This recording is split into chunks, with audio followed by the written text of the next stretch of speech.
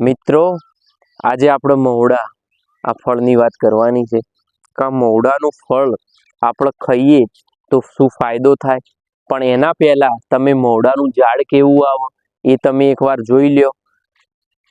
આ ઝાડ જો મવડાનું આ રીતે આવે અને પંતા હોય એ બધા નેચે પડી જાય અને નવા અને આ રીતે એનું ફૂલ બેસે અને પછી ફળ પડતા હોય છે। તમે જોઈ શકો છો તો આ મવડાનું ઝાડ છે, બરોબર।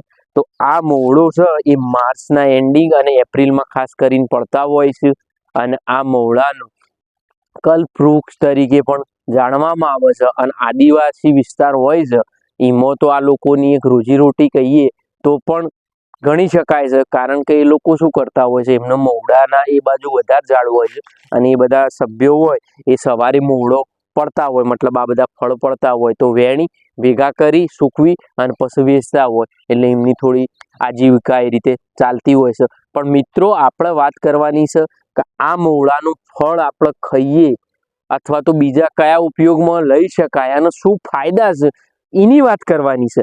તો આ વિડીયોમાં તમે છેલ્લે સુધી બન્યા રહેજો અને તમે મને કોમેન્ટમાં જરૂર જણાવજો કે તમને આ વિડીયો કેવો લાગ્યો।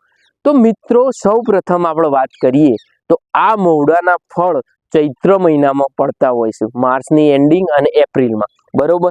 તો એમાં છે એવું કે ફળ સવારના ટાઈમે પડતા હોય છે, તો આ ફળનું શું કરવાના છે, આ ટાઈપનું ફળ હોય છે, તમે નજદીકથી જોઈ શકો છો। જો આ લીલું ફળ છે, કદાચ તમે જોયું હોય કે ના જોયું, આ લીલું ફળ છે, તો આ જમીન ઉપર આ રીતના બધા પડતા હોય છે, બરોબર। તો આ ફળને આપણે વેણીને ભેગા કરવાના, વીણીને ભેગા કરી દીધા એના પછી આપણે સૂકવી દેવાના હોય, એટલે તડકો પડતો હોય એટલે સુકાઈ જાય, એટલે સુકાઈ જાય એટલે જો આ ટાઈપના દેખાય, એ પણ હું તમને બતાવી દઉં।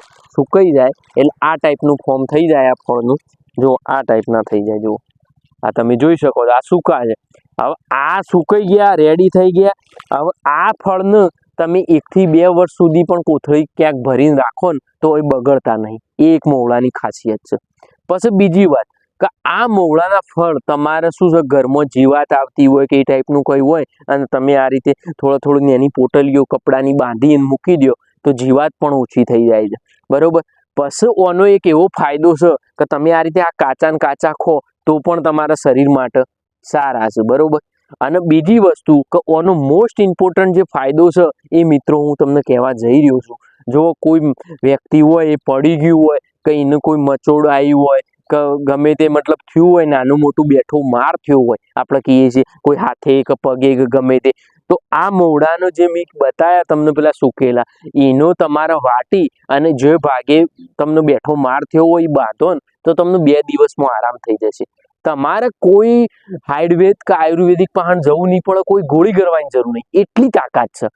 એટલે તમને કોઈ બેઠો માર થયો હોય ને તો એના માટે આ મવડો અક્ષીર દવા છે। તો તમે પણ મિત્રો આ રીતે કરી જોજો। હવે તમને થશે કે ભાઈ મવડાનું તો અમારે ઝાડે નહીં, મવડો નહીં, લાંબો ક્યાંથી, તો એવું નથી મિત્રો। આમાં કેવું હોય છે કે જેને મવડા હોય ને એ વેણીને ભેગા કરતા હોય, તો તમે એ લોકોનો સંપર્ક કરો અને તમે મવડો એમના પાસેથી ખરીદી શકો છો। મારો અંદાજ છે ત્યાં સુધી, મને એક્ઝેક્ટ તો કિંમત ખબર નહીં, પણ 100 રૂપિયા કિલો આજુબાજુ ભાવ છે કે તમે લાવી શકો છો આ રીતે દવાના માટે, બરોબર। તો આ મવડો તમને વાગ્યું હોય, તૂટ્યું હોય કે લવતું હોય, તો મતલબ કંઈ પણ આ રીતનું થયું હોય ને શરીરમાં, એના માટે બહુ બેસ્ટ દવા છે, દેશી અને સારામાં સારી અને બેસ્ટ દવા છે। તો મિત્રો, આ મારા ઘરે મવડો હતો તો મને થયું કે મવડો તો છે તો લાવો આપણે મિત્રો જોડે વાત કરીએ અને કહીએ કોનો શું ફાયદો થાય, અને બીજા પણ ઘણા બધા ઉપયોગ છે, પણ આપણે એ બધી ચર્ચા નહીં કરીએ, પણ વિડીયો બહુ લાંબો થઈ જાય છે। તો મિત્રો,